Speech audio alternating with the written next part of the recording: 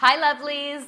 So a few weeks ago, I shared some of my very favorite homemade broth recipes, and you guys seem to really enjoy it, but in the comments section, I got a lot of questions about bone broth.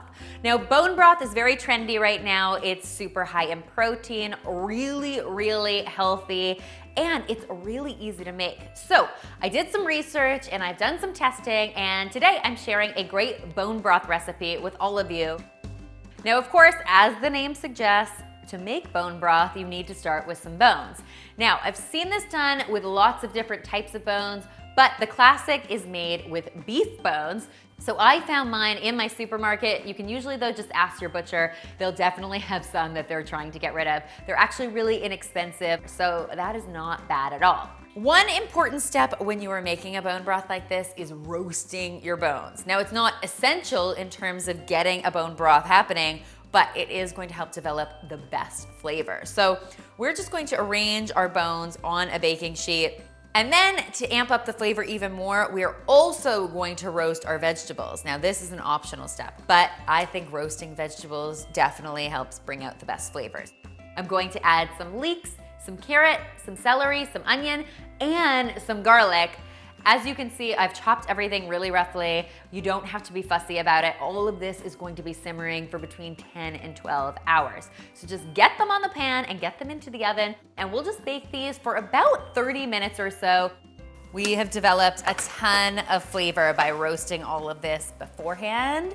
Now we can transfer it all to our slow cooker. Now, you always have the option to do this in a soup pot, but we are going to be simmering this for between 10 and 12 hours. So slow cookers, I think, are the better tool for the job because you can kind of set them and forget them, whereas leaving your stove on for that long kind of just makes me a little nervous. So slow cooker it is. To add even more flavor to my broth, I'm going to throw in a big handful of fresh parsley. I've got some fresh bay leaves. I've also got some whole peppercorns I'm going to toss in here, a good amount of salt, and some water. It should be said, bone broth is considered a sipping broth. So instead of cooking with it or using it in a soup recipe, most people will actually just sip it hot as it is. So you really do want to add as much flavor as you possibly can because you are going to really taste it. Once we've got this all topped up with water, we're just going to put our lid on and then set our heat to low and let this cook for between 10 and 12 hours. Yes, it seems like a long time to wait, but you have to remember the secret to the nutrition in bone broth is really slowly extracting all of the amazing nutrients and vitamins hidden within the bone. 10 to 12 hours later, your patience will be rewarded. What you'll end up with is a nice, savory, rich broth. I'm just going to finish this off with a few splashes of apple cider vinegar to add some much needed acidity. And then all you'll need to do is strain it at this point and skim the fat. Bones like this often render a lot of fat, so you may find it easier to allow your broth to cool completely, and then you can just really easily skim the fat off the top with a spoon. Totally up to you though.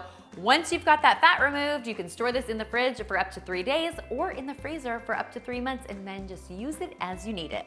Bon appetit! I really hope you guys found this tutorial helpful, and if you have any other questions about bone broth, don't hesitate to leave them in the comment section below. I will do my best to answer as many as I possibly can. And of course, if you give this a try, be sure to tweet me, Instagram me, or Snapchat me a photo, because you know I always love seeing your creations. If you're looking for more great homemade broth recipes, I've got a ton of them on the channel, so take a look for those. And finally, if you haven't already, be sure to subscribe because there is lots more deliciousness where this came from.